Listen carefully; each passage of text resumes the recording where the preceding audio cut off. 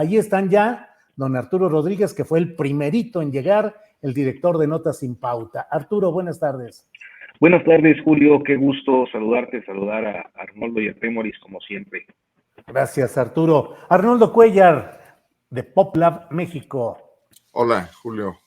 ¿Qué tal, Arturo y Temoris? Qué buen artículo en Milenio sobre el aeropuerto, Temoris. Felicidades. Muchas gracias. Qué bueno que lo viste.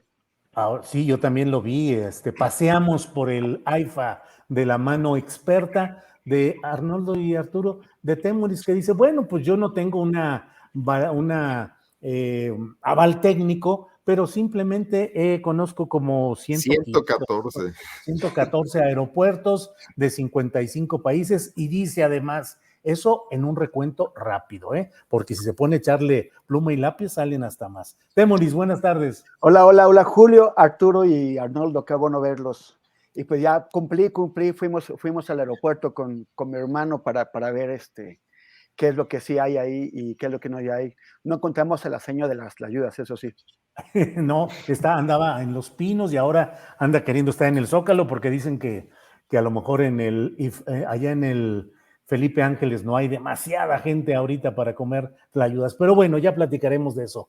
Arturo, a mí me impactó ayer el tercer informe del Grupo Interdisciplinario de Expertos Independientes.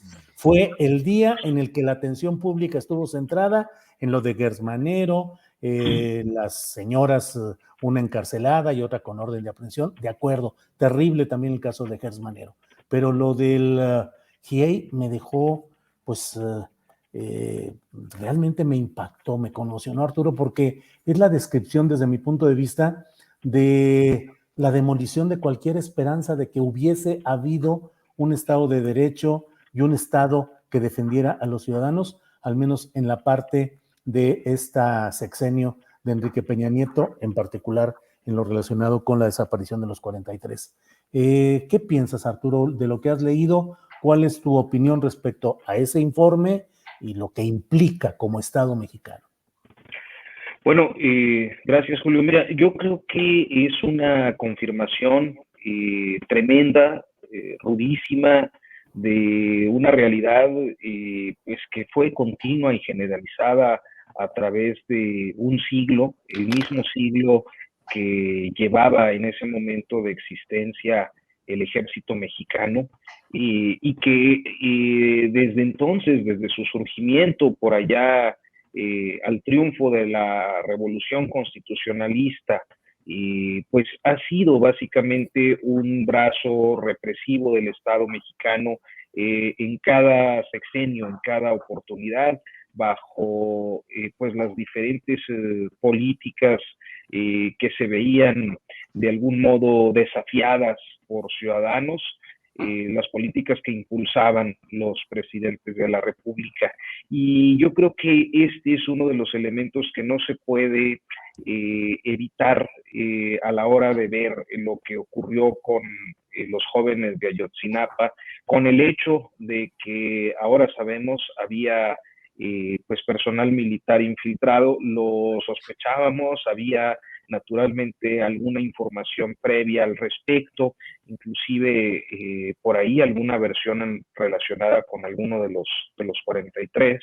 Y bueno, naturalmente las implicaciones, de hecho, bueno, pues el documental que en su oportunidad hizo nuestro compañero Temoris Greco hace ya algunos años, evidenciaba precisamente ese papel del ejército mexicano, como ya lo había hecho el propio GIEI en su oportunidad y diferentes trabajos periodísticos, pero creo que la revelación de ayer pues nos deja justamente esa sensación de desamparo de pues un gobierno que evidentemente actuó de manera criminal, no solo por omisión o por aquiescencia, sino que pues de manera directa, por acción. Hablamos siempre de estas tres categorías: acción, omisión o aquiescencia a la hora de una violación grave de los derechos humanos, y en este caso lo que observamos es que pues se incurre en las tres,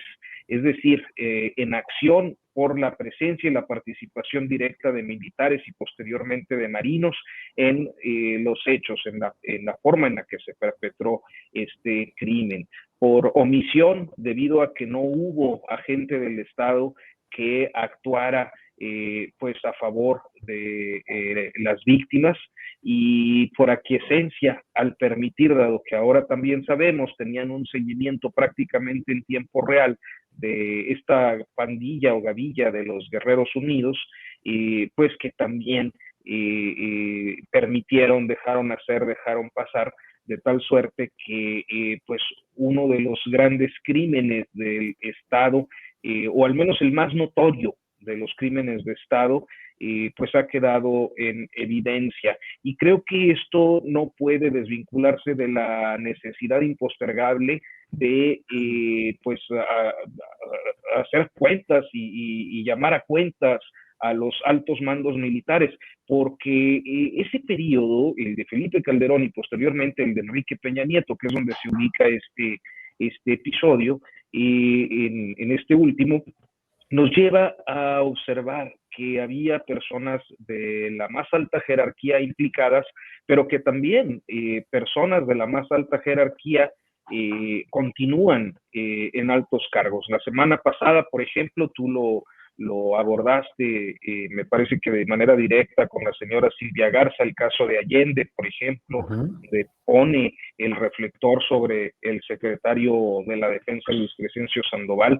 Pues es uno de estos episodios por los que altos mandos del ejército tendrían que ser llamados a cuentas, así como pues los civiles que de un modo u otro tuvieron una implicación al más alto nivel, porque claro, hablamos de las altas personalidades del sexenio, pero para llegar desde el punto de los perpetradores de manera directa hasta las condiciones de impunidad que se garantizaron, pues hay toda una larga cadena de mando civil y militar que tiene que ser llamada a cuentas y que desafortunadamente pues yo no he visto hasta ahora condiciones para que eso suceda. Gracias, Arturo. Arnoldo Cuellar, ¿qué opinas de este tercer informe del GIEI? El impacto, los detalles, la manera como nos demuestran pues que hubo tanta simulación, tanta mentira, tanto engaño, y bueno, no dejo también de pensar, como ya lo han hecho en los espacios de las redes sociales, el contraste con varios periodistas, pienso específicamente en Carlos Marín, en Ciro Gómez Leiva y en Jorge Fernández Menéndez, que defendieron de una manera tan cerrada y a veces tan grosera y ofensiva el punto de vista de que la verdad histórica era una realidad. Carlos Marín llegó a decir que en realidad los padres de los familiares de los 43 deberían pedirle disculpas a Murillo Karam y compañía por andarlos infamando de esta manera. Arnoldo, ¿qué opinas sobre el tema? Defensa cerrada y cerril. Cerril. Sí. Bueno, Julio, mira, yo sí tendría que decirte que viene a confirmarse algo que de alguna manera todos hemos tenido la claridad de la disfuncionalidad de la justicia mexicana. Que nos lo vengan a decir con esta contundencia, habría que revisar por qué lo hace diferente. Y lo hace diferente, para mi gusto, por dos razones. Una de ellas, que lo que permitió la llegada de un grupo de expertos independientes fue la movilización. Y en la movilización, sobre todo, está el tema de la combatividad y la no resignación de los familiares de los 43 jóvenes desaparecidos, de esos campesinos y hombres curtidos guerrerenses que han vivido quizás lo peor que ha ocurrido en este país en materia de represión. No nos olvidemos que en Guerrero ocurrió sobre todo, bueno, no fue el único lugar, pero ahí se cebó mucho la guerra sucia de los años 70, ¿no? Y bueno, todo un historial que ya no vamos a repetir aquí. Pero esa movilización que logró atraer a sectores importantes de la sociedad y que mantuvo vivo el reclamo, permitió primero descreer de esta versión. La verdad oficial de Murillo Karam no duró ni la víspera.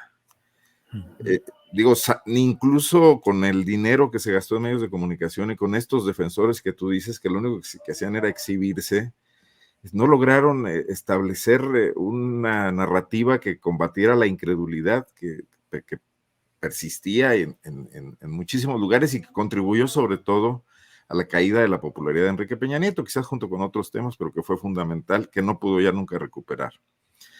Entonces, gracias a esto y a la búsqueda de credibilidad del Estado mexicano en ese momento, que traía varios fierros en la lumbre, que traía también la Casa Blanca, es que se abre la puerta a la llegada del grupo de expertos independientes por empuje de esa sociedad civil.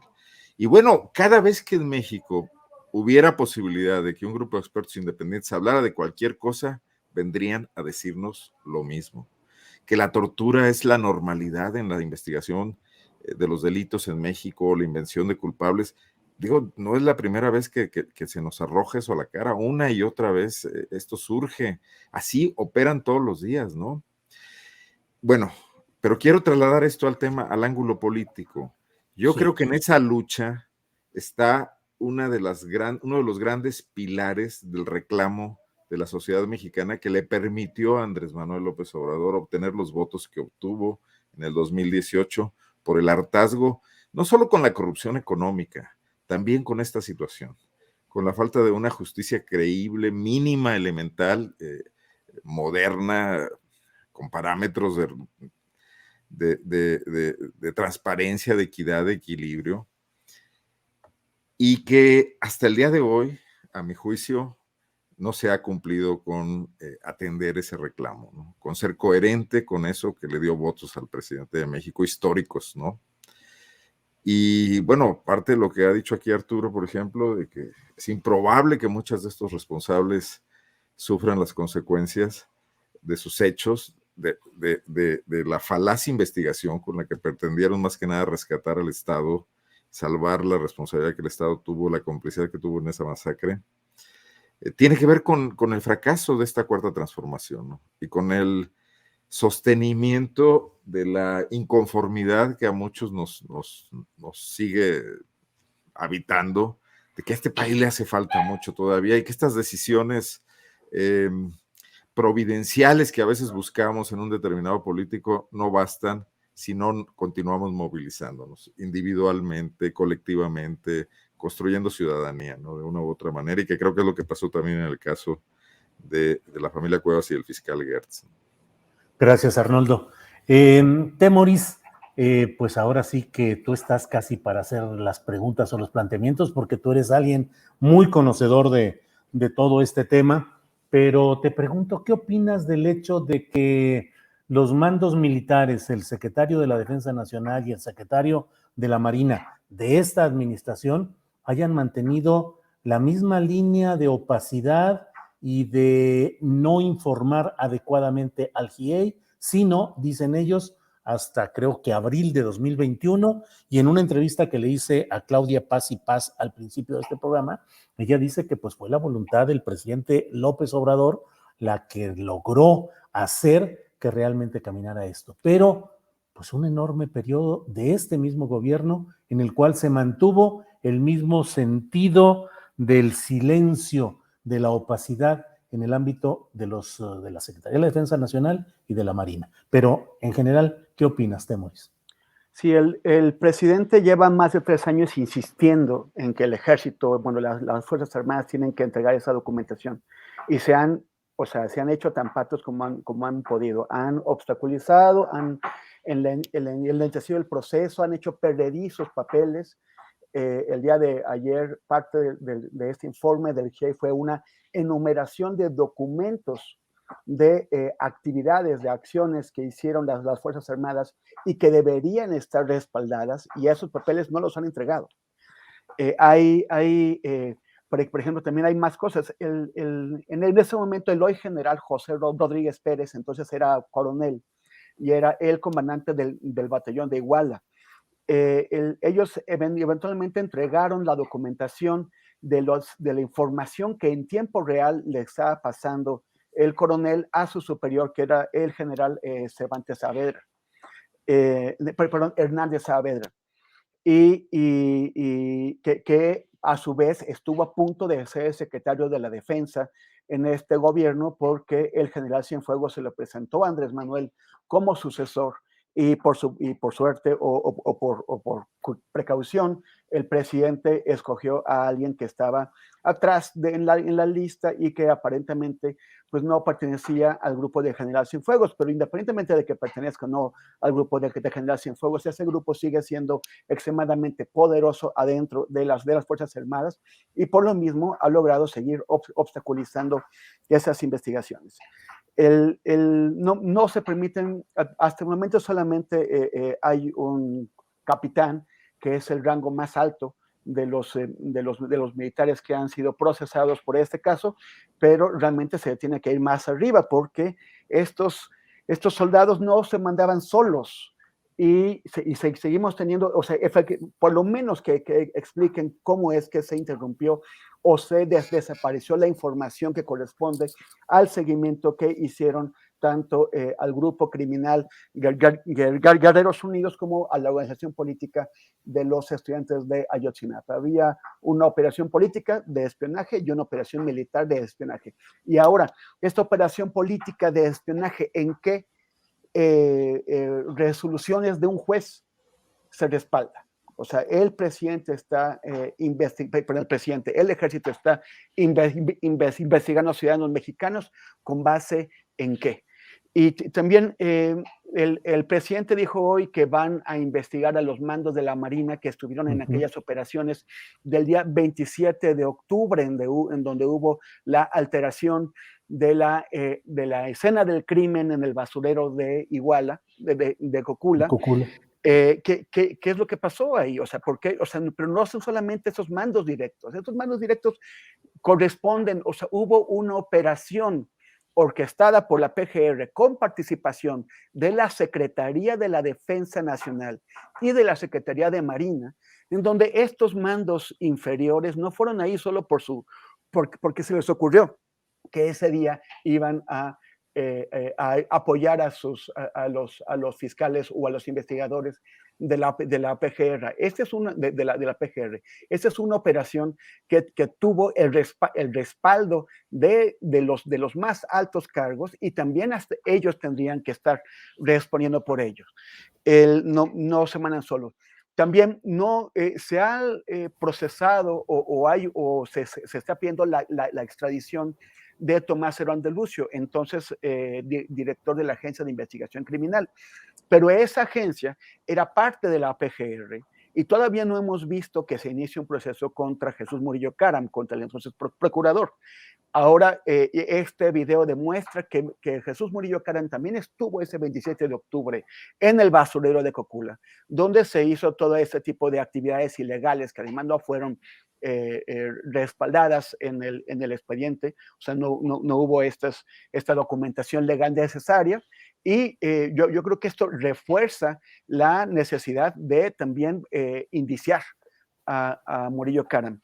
Y ya un poquito hacia lo que comentabas al principio, Julio, sobre estos periodistas. Mencionaste a Carlos Marín, mencionaste a Héctor Aguilar Camín, a Fernández Menéndez. Yo añadiría también al tocayo de Aguilar Camín, a Héctor de Mauleón, añadiría a Pablo Iriart, y añadiría a un periodista joven que es el que el grupo Nexos ha estado promoviendo, que es Esteban Illades.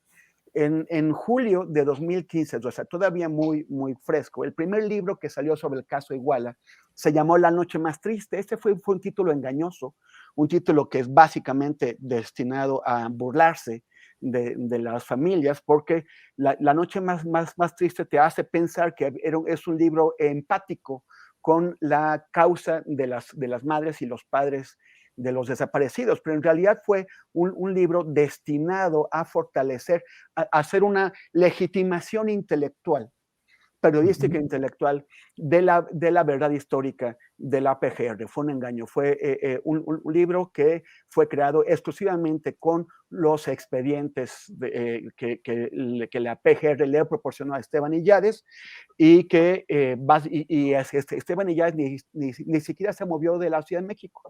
En entrevistas que concedió a Milenio y a otros medios, los reporteros le preguntaron si él no consideraba que para hacer un libro sobre un caso como este, pues era conveniente acudir, sobre todo tomando en cuenta que no estás yendo al fin del mundo. O sea, si él tomaba su carro y viajaba 3 horas, llegaba a Iguala para averiguar, insisto, y él dijo que no fue porque le dijeron que estaba muy caliente el lugar, pues vaya reportero. Estaba repleto, fuimos muchísimos periodistas y él no hizo esto. El caso es que estos periodistas que se supone que son críticos del sistema político mexicano, que son críticos de las insuficiencias del sistema judicial, pues las conocen. Conocen que en México el principal método de investigación es la tortura.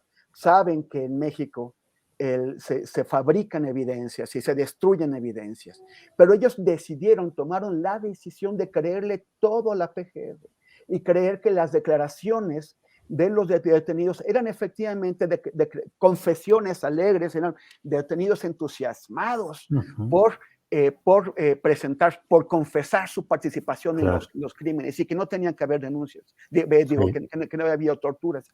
A mí me parece que el caso Iguala es uno de esos momentos definitorios, no solamente para la vida del país, sino para el periodismo mexicano.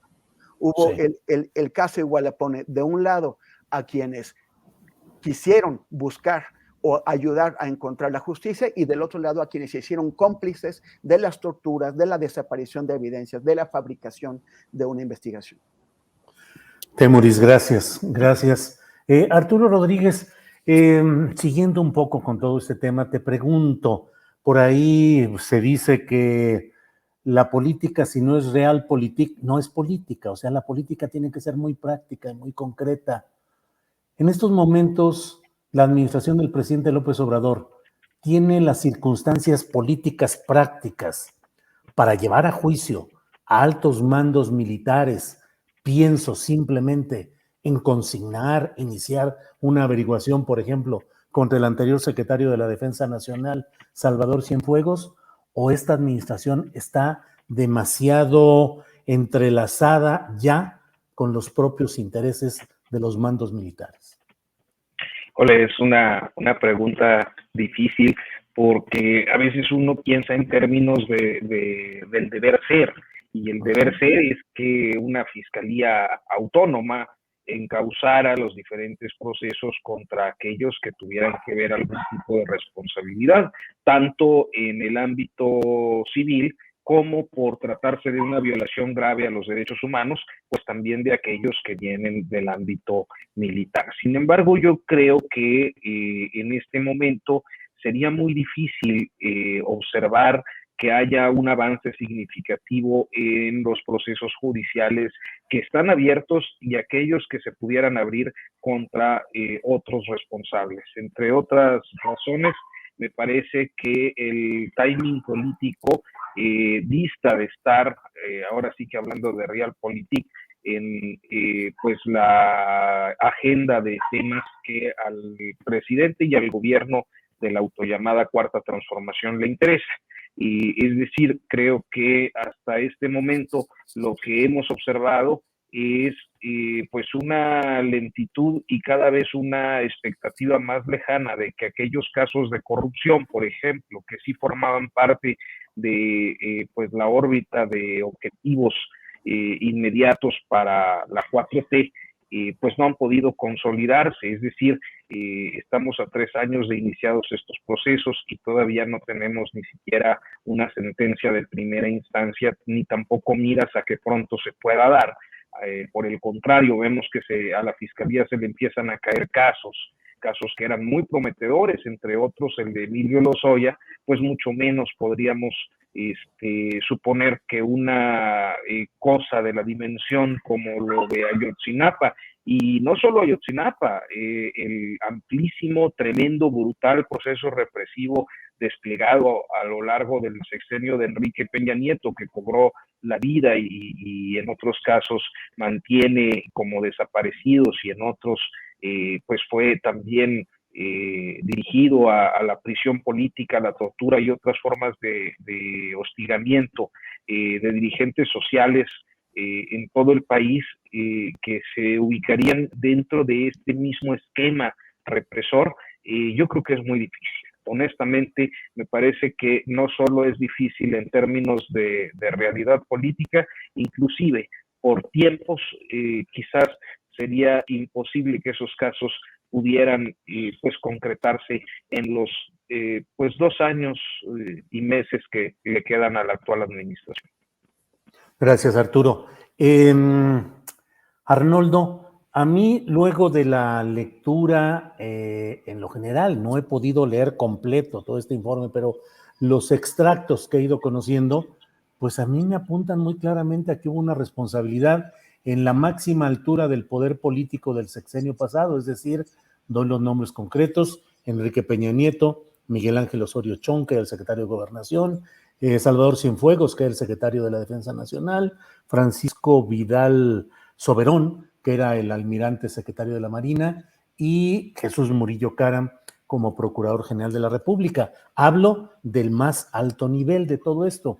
Lo que plantea el GIEI en su tercer informe es que sabían y que había todo el conocimiento y que había intercepción y que había de comunicaciones y que había conocimiento en tiempo real, obviamente, de lo que estaba sucediendo.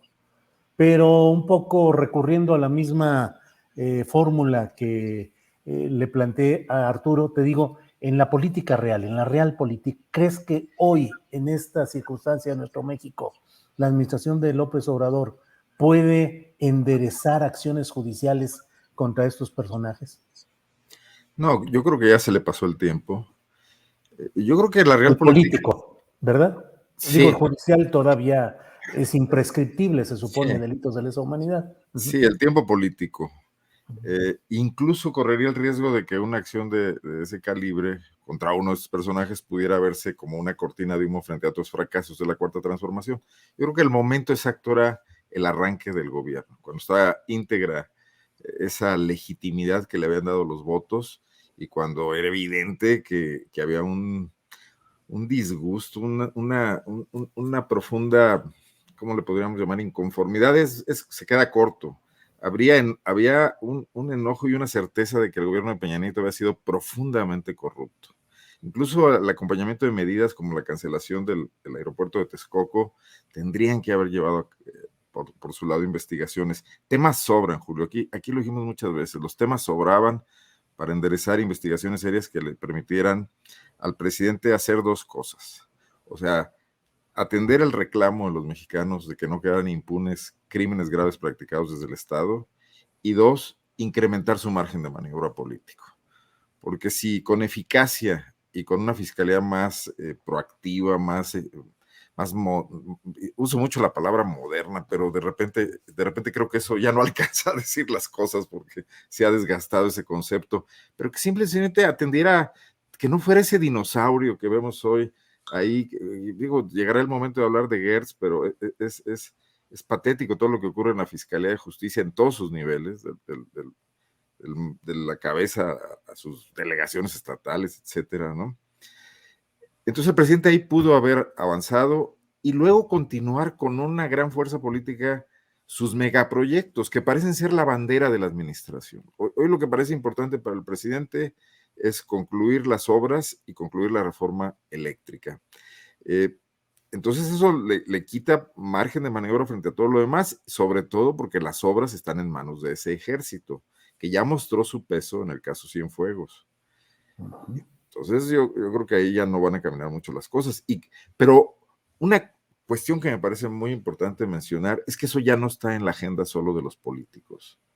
Y que yo creo que en la próxima campaña presidencial el reclamo desde la sociedad, de chairos y de fifís, de sociedad civil maltratada por el presidente Andrés Manuel López Obrador, pero con reclamos de una sociedad más democrática también, no todos son Claudio X González, ¿no? Ni la defensa de los privilegios, y también de la izquierda que se siente insuficientemente representada, izquierda social, con los cambios que ha traído esta administración, van a exigirle a los candidatos definiciones sobre este tema.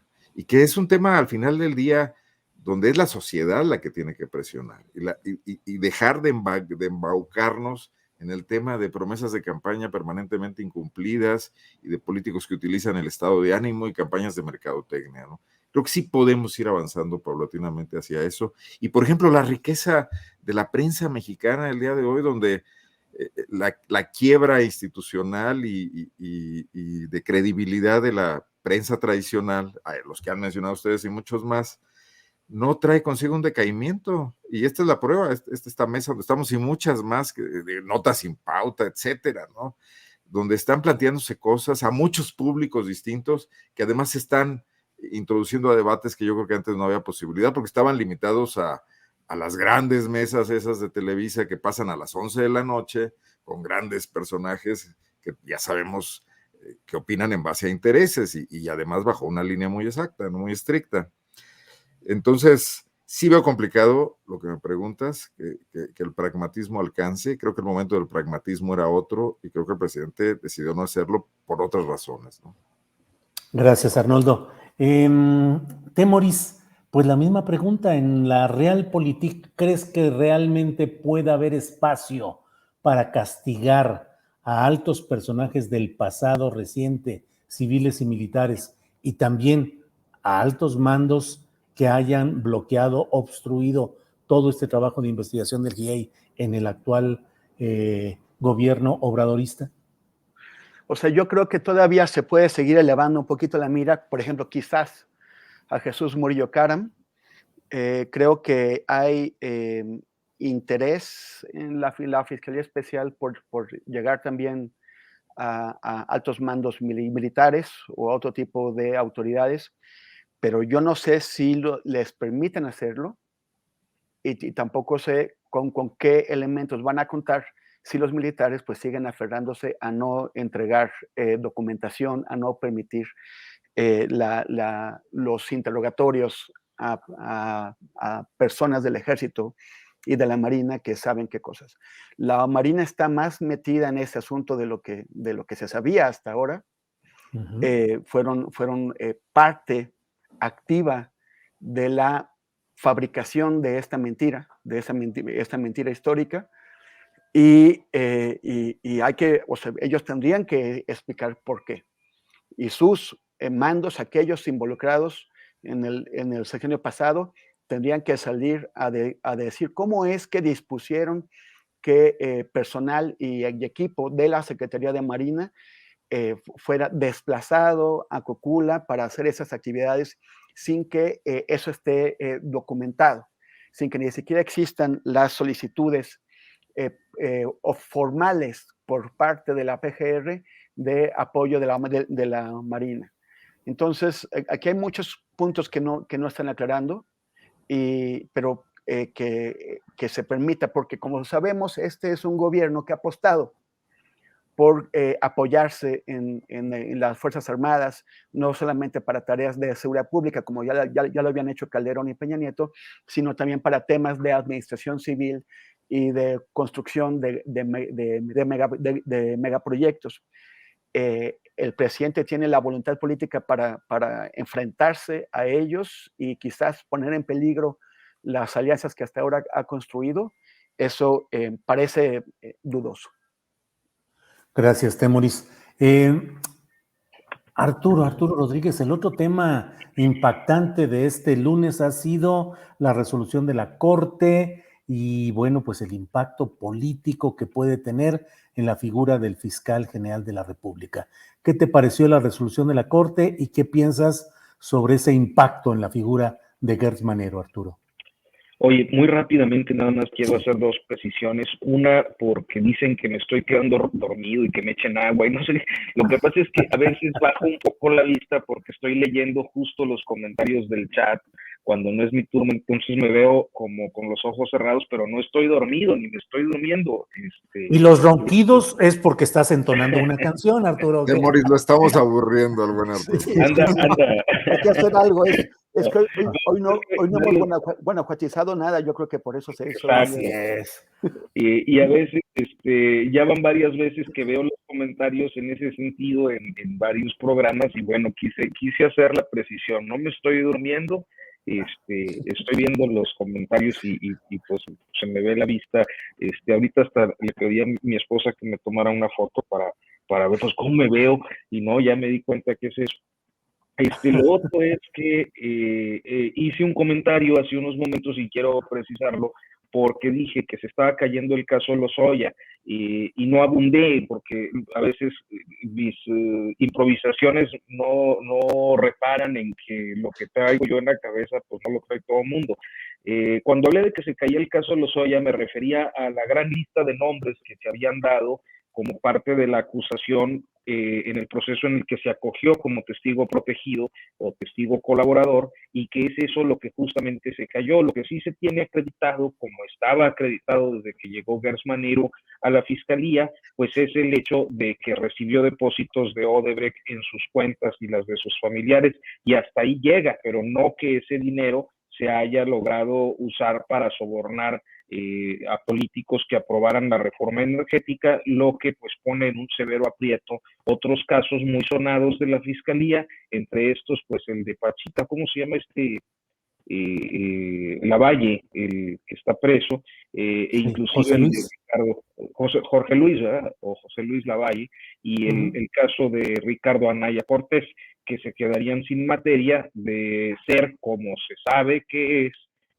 pues que no se pudo acreditar este tema de los sobornos en el caso Lozoya, cuya audiencia fue diferida precisamente con la promesa de que ahora sí iba a entregar pruebas contra los demás arriba. En fin, por eso era el comentario de que se cayó, no de que se cayera en su totalidad. Y bueno, rápidamente respecto a Gertz, quiero hacer unas 3 reflexiones muy rápidas, Julio. La primera, yo creo que la posición del fiscal ha quedado severamente comprometida. Anoche lo exponía yo en un live en Notas Sin Pauta, aprovechando como siempre el autogol para promover mi canal, donde decía que ha provocado algunas crisis. Una es naturalmente pues la propia, la que lo exhibe como un hombre que es capaz de usar su cargo para tratar de incidir en un asunto cuyo interés es personal. Y si bien no lo logra, dada la definición de la Corte, creo que no lo logra por la presión social que había, por la exhibición pública del asunto y por otra consideración política que voy a hacer en un momento, pero que deja en evidencia esta proclividad del fiscal Gers Manero a pues aprovechar el acceso que tiene a personalidades de alta jerarquía en el ámbito judicial y también en el de la Fiscalía Capitalina, a la que cualquier otro ciudadano exigiendo justicia pues no podría tener acceso. Un segundo elemento tiene que ver con el problema que le provoca al presidente López Obrador, básicamente porque se le han caído los 2 bastiones institucionales en su lucha contra la corrupción o para erradicar la corrupción. El primero fue la anodina, infructuosa y finalmente ineficiente Secretaría de la Función Pública durante la gestión de Irma Eréndira Sandoval, que prácticamente no sirvió para mayor cosa. Luego, el asunto de la Unidad de Inteligencia Financiera, que era el otro bastión institucional relacionado con erradicar la corrupción, que quedó no solo en entredicho, sino básicamente pues cuestionado, no solo por la conducta personal y la boda, sino también por la mala calidad de los datos que se ofrecieron para encauzar procesos penales desde esa institución durante la gestión de Santiago Nieto Castillo. Y finalmente le queda al fiscal Gers Manero, una propuesta que es hecha por el presidente, a quien le ha depositado de manera reiterada su confianza y que, bueno, pues por lo visto no ha dado mayor resultado. La otra crisis o el otro impacto que provoca pues es a Ernestina Godoy, naturalmente por haber aceptado y haber procesado como lo hizo y haber conseguido las órdenes de aprehensión que consiguió su fiscalía a modo o a gusto del fiscal general de la República para este asunto que había sido desestimado ampliamente por las fiscalías anteriores o por la fiscalía anterior. Y lo último que diré es que, como ya anticipaba anoche en este comentario que les decía, era previsible que el presidente López Obrador expresara una vez más su respaldo al fiscal Gers Manero, porque el resultado de ayer lo que dio fue la derrota de Gers Manero en su asunto personal, pero finalmente pues una victoria en tanto se asegura la conservación, precisamente porque en este momento creo que el presidente no puede pues perder el último de los bastiones institucionales para su promesa anticorrupción. Entonces, perdiendo el caso, salió ganando con la continuidad en el puesto, algo que se anticipaba desde el comentario que hizo hace algunas semanas el presidente López Obrador cuando dice hay que esperar el fallo de la Corte, y finalmente la forma en la que festeja el fallo de la Corte, que permite el argumento pues de que a final de cuentas Gers Manero perdió el asunto y por lo tanto no usó su cargo para incidir en el resultado. Entonces, bueno, pues eso es lo que creo, que Gers Manero perdiendo salió ganando. Vaya, gracias Arturo, gracias. Arnoldo, ¿qué opinas? Cerró Arturo con una premisa muy provocadora, ¿sí? Perdiendo, ganó Gers Manero. ¿Cómo la ves, Arnoldo? Yo creo que no, porque independientemente de que se buscó esta salida y las instituciones prevalecen, lo que no está en el olvido es que Gers utilizó el cargo para influir en un asunto donde tenía el máximo interés personal, ¿no? Que para empezar, políticamente hay una falta grave. O sea, descuidar otros asuntos, dedicar tiempo de más y maniobras de más y desgastar capital político y personal en un asunto de una vendetta personal, ¿no? Además, muy mal procesada por todas partes, ¿no? Y involucrando a otras instituciones como la Fiscalía de la Ciudad de México. Y eso lo hizo, lo intentó. Que haya fracasado no lo libra bueno, incluso hay el delito de intento de homicidio, ¿no? No me acuerdo cómo se llama. O sea, hay conductas que se sancionan incluso por haberse... sí, tentativas, por haberse intentado, aunque no se concreten. Por otro lado, deja totalmente comprometida a la institución. O sea, este caso va a ser recordado permanentemente y además le da mucho por fracasar. Entonces, bueno, y esta cauda de asuntos de sus bienes que además no ha declarado. El tema no es que tenga muchos bienes, el tema es que no están en su declaración pública y esa es otra falta. Y estamos debatiendo, en lugar de estar debatiendo sobre cómo México está combatiendo a la corrupción, que es la piedra de toque de su historia política y de todos los problemas que ha tenido este país para asumir todas las ventajas que tiene, es la corrupción. Bueno, yo no lo digo, lo dice López Obrador y además lo ha venido diciendo por 18 años. Y cuando llega la oportunidad desde el poder para empezar a enderezar esto, el fiscal sale, perdónenme ustedes, pero con su batea de babas, ¿no? Si eso no tiene una sanción política, pues lo que va a hacer es convertirse en un lastre profundo para el proyecto del presidente, para lo que queda del proyecto del presidente. En el chat ya me están tundiendo fuertemente por decir que la 4T ya fracasó. Y yo no me refiero a que haya fracasado porque vaya a perder el referéndum del domingo 10 de abril, la consulta. Fracasó porque no logró los objetivos que se planteó. O sea, fracasó históricamente, que es lo que le importaba más a Andrés Manuel López Obrador, ¿no? Porque ese asunto de no somos iguales está en absoluto entredicho si no pasa nada en el caso Ayotzinapa y si resulta que en el gobierno de la Cuarta Transformación su fiscal perseguía fines personales y torcía los instrumentos de la justicia para lograrlos, ¿no?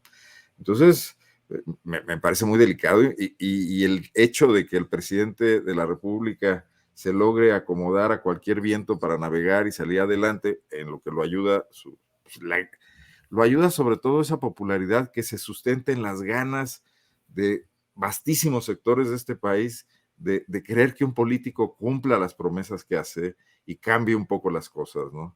Yo entiendo que es imposible que un individuo las cambie y esas huestes López Obradoristas deberían estar trabajando más para lograrlo. No parece así, ni las que forman parte del gobierno, ni las que están afuera apoyándolo, ¿no? Sobre todo por la falta de autocrítica. Pero... bueno, y aquí me perdí un poco en lo que estaba diciendo, pero quiero dejar aquí el comentario. No creo que ha ganado con esto ni el presidente ni Gers Manero, Julio. Gracias, Arnoldo. Temoris, ¿qué opinas pues sobre el caso de la Suprema Corte, de Alejandro Gertz, las consecuencias políticas? Y bueno, Arturo que puso la frase de si perdiendo gana Alejandro Gertz. Yo no tampoco estoy muy convencido con lo que dice el querido Arturo. porque ya el descrédito de Gertz Manero con toda su fiscalía, ya no sé, va muy lejos. El presidente dice que su corazón no es bodega, pero o sea, no hay manera de que Gertz lo excepcione. Parece que realmente lo va a aguantar todo. Si esto es un resultado que demuestra que Gertz no influyó, en realidad yo o sea, no creo que alguien seriamente lo vea así. Esos audios en donde Gertz estaba platicando con su subprocurador o su fiscal, Juan Ramos, discutiendo cómo manejaban a los ministros de la Corte como si fueran canicas. Bueno, pues parece bastante claro, ¿no? Esto fue una votación de 11-0, 11 ministros de la Corte, en donde todos votaron contra Gertz, pero después de que él estaba hablando de ellos como si fueran canicas. O sea, no hubo nadie que se quisiera quedar colgado, ni siquiera el ministro Alberto Pérez Dayán, que había hecho el proyecto anterior que fue rechazado por todos los demás. O sea, realmente nadie se quiso quedar en el carro Gertz porque hubiera sido una vergüenza para cualquiera de ellos quedarse solito y del lado de Gertz. Entonces aquí sí hubo una derrota donde todo el mundo le dio un bofetón a Gertz porque, pues por el cinismo con el que lo estaban manejando, ¿no? Ese señor, o sea, la idea de tener una fiscalía y no una procuraduría, una fiscalía con un fiscal autónomo, pues es que realmente pudiera hacer su trabajo sin interferencias políticas. Enrique Peña Nieto quiso dejar a un fiscal carnal, ¿se acuerdan? El fiscal carnal que le iba a cuidar las espaldas durante todo el gobierno de López Obrador. Hubo un movimiento muy fuerte que precisamente se tituló así, no a un fiscal carnal. Pero el problema es que ya no tenemos un fiscal carnal, ahora tenemos un fiscal guacal, un fiscal que llegó a la Fiscalía General de la República con su guacal de ambiciones, de caprichos, de frustraciones, de venganzas, y es lo que está haciendo. En lugar de que trajera el portafolio de los asuntos de la nación, llegó con su guacalito, este fiscal guacal.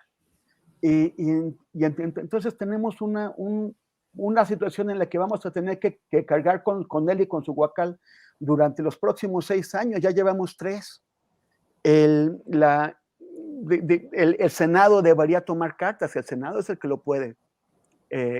La oposición y Morena en conjunto podrían sacar y encontrar otro, porque ya deberían estar buscando un reemplazo. Urge el peso de Gertz sobre el país, sobre el proyecto del presidente, sobre todo lo que estamos haciendo, ya, o sea, se va a notar en el largo plazo por la ausencia de asuntos importantes que se resuelvan y porque los que sí están metiendo el señor, pues son asuntos que son vergonzosos porque es evidente el tráfico de influencias y, como ya había mencionado antes, la prevaricación.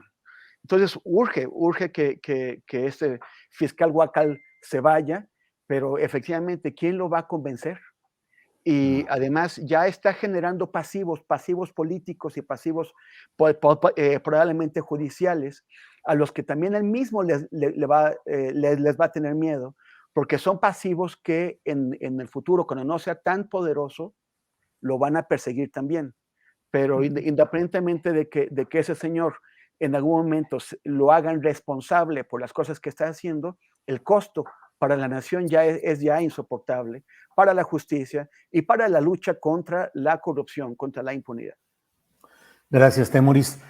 Son las 2:52 p.m. Terminando esta mesa de periodismo, tendremos la entrevista con Alonso Castillo, hijo de Alejandra Cuevas, para platicarnos qué sigue en todo lo que han estado haciendo. En fin, una entrevista que le invitamos a que nos acompañe terminando esta mesa de periodismo. Y también vamos a tener los videos de la postura de los familiares de los 43 y de organismos defensores de derechos humanos respecto al informe de ayer del GIEI.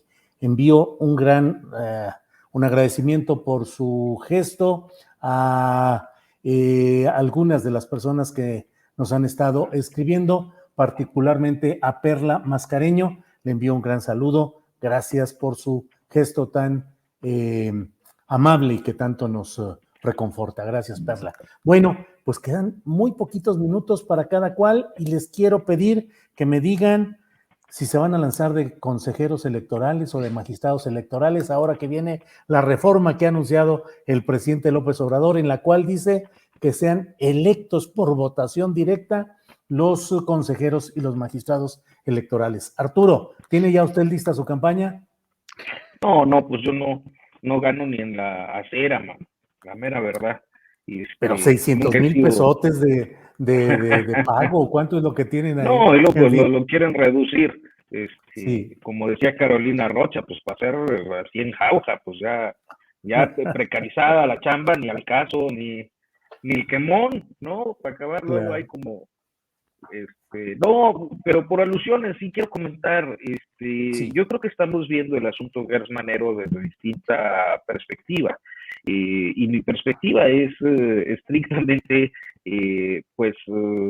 relacionada con el hecho de que el día de hoy el presidente López Obrador, como era previsible, volvió a decir que confiaba en el fiscal Gertz Manero, lo que me lleva a la otra reflexión, que es que yo no creo que vaya a dejar el cargo. Claro que es un escándalo, claro que es tremendo, claro que algunos que estamos interesados en los asuntos de la cosa pública, pues podemos escandalizarnos ante la llamada que fue intervenida y filtrada. Yo me escandalizo también de que se intervenga al fiscal, ¿no?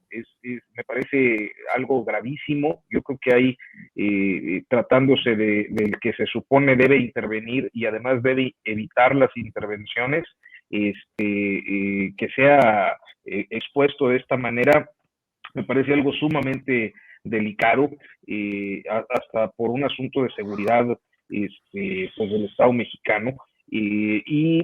Añadiría que además no descarto que se haya tratado de un trabajo interno, porque creo que estaba en la línea fija, y las líneas fijas no se intervienen con Pegasus ni estos software espía, se intervienen a la antigüita, ahí in situ. Entonces, quién sabe cómo están las cosas también dentro de... Pero mi punto era que el fiscal gana porque gana su continuidad. Sí, perdió un caso, sí, le pegó en la opinión pública, pero creo que el asunto va a ser superado rápidamente porque vienen otros escándalos. En esta semana tenemos ya en puerta la audiencia del Bronco, y nunca falta. Así que me parece que lo de la imagen pública no es tan relevante como sí lo es el hecho de que el señor gana la continuidad a pesar de todo. Y bueno, pues creo que solo diría eso respecto a la reforma electoral. Me parece que el presidente López Obrador lanzó un curlicán, como decimos coloquialmente, ahora sí que el anzuelo, pero pues no hay una propuesta. Yo creo que será hasta que esta propuesta sea clara, concreta, definitiva, cuando podamos pues tener elementos de discusión más claros. Yo creo que para empezar, pues sí es interesante ver que algunas personas, es decir, algunos cargos públicos sean votados. Empezaría pensando por el de la Fiscalía y los fiscales de los estados, pero creo que el de los consejeros electorales, pues tendría que revisarse cuál es el modelo de sistema electoral, o si se está planteando una cosa completamente revolucionaria a nivel global, que no lo creo. Entonces, ¿cuál es el modelo que se está planteando para asegurar un perfeccionamiento del árbitro electoral, que naturalmente siempre es perfectible, al margen de filias, fobias, al margen del team Lorenzo Córdoba, Ciro Murayama, o el team López Obrador Morena? Yo pensaría que la democracia siempre es perfectible, y por lo tanto sus normas, sus reglas del juego, las formas de jugarlo, y por supuesto la institucionalidad que las ve. Gracias, Arturo. Arnoldo Cuéllar, en esta parte final, ¿qué opinas de esta propuesta de reforma electoral que, al menos en el primer esbozo que ha dado el presidente López Obrador, habla de que los consejeros y los magistrados electorales sean electos por voto popular?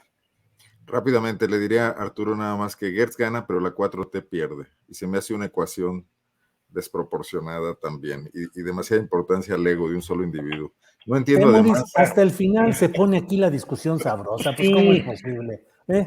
No Adelante. entiendo además qué hace el fiscal aquí empeñado en mantener ese cargo con ese piso que tiene en el centro de Madrid a unos cuantos pasos del Museo del Prado, pero en fin, cada quien a esa edad provecta, ¿no? Mira, yo creo que está muy interesante el planteamiento del presidente.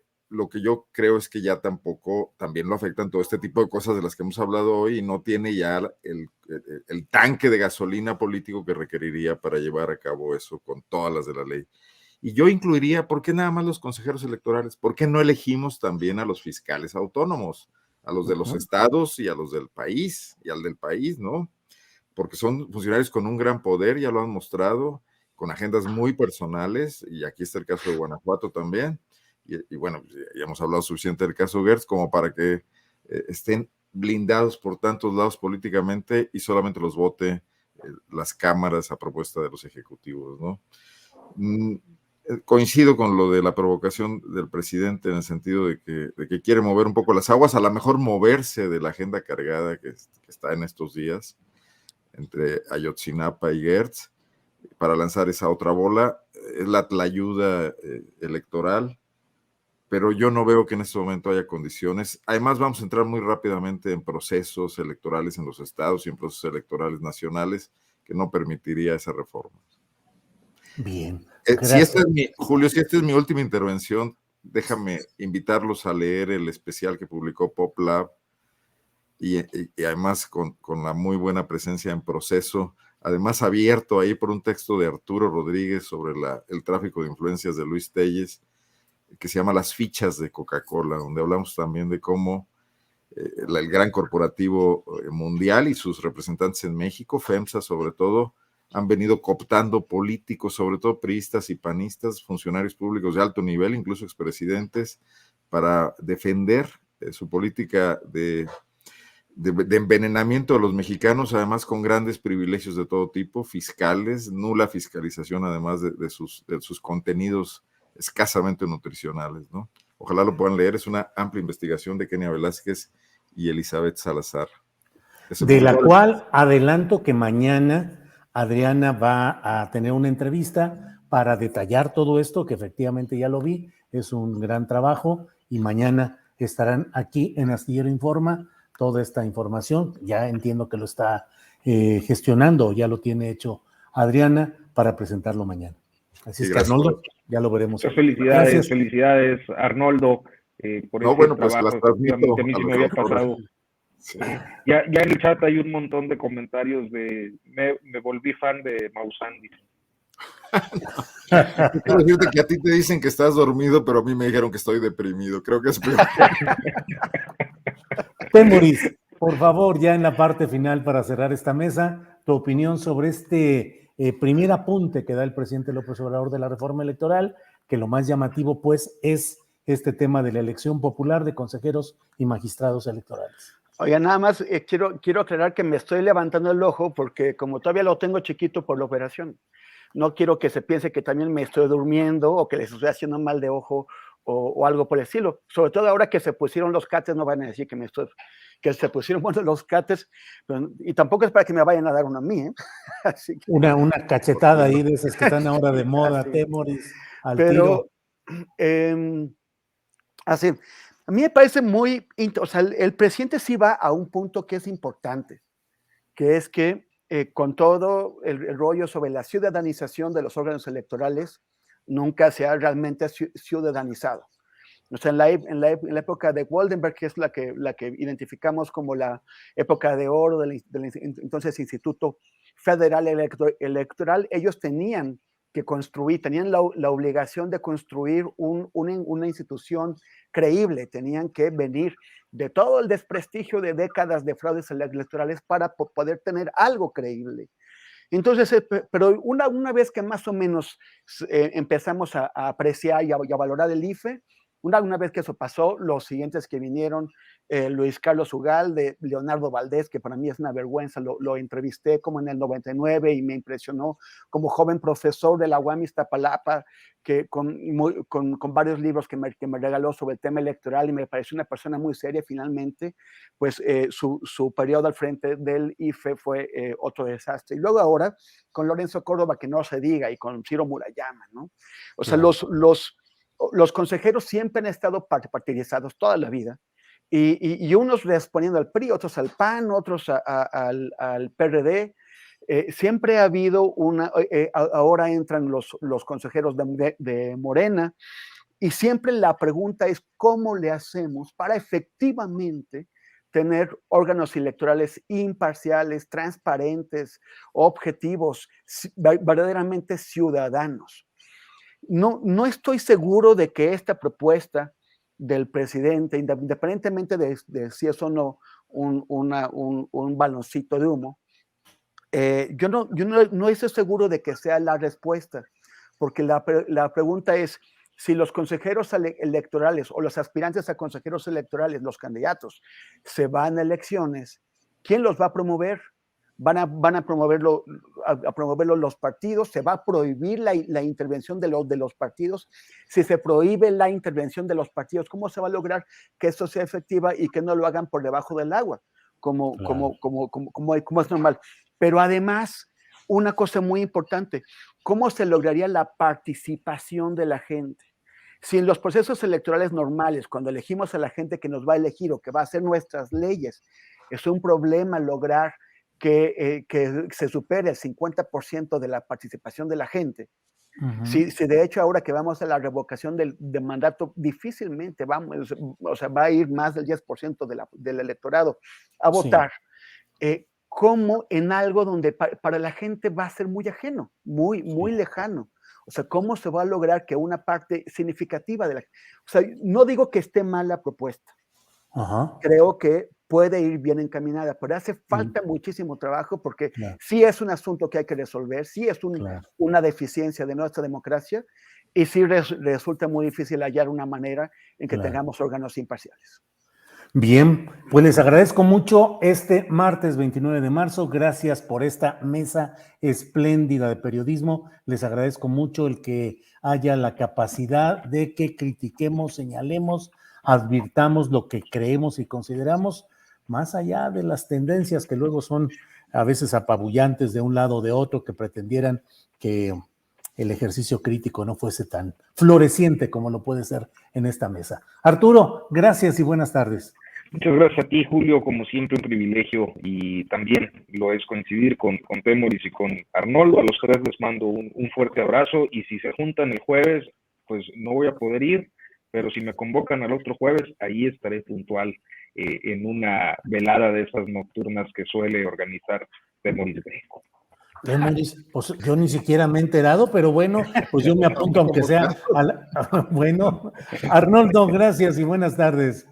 No, Julio, nada más decir que, bueno, el ambiente de libertad que propicias tú en estos espacios es lo que también hace que nos desatemos un poco más, quizás.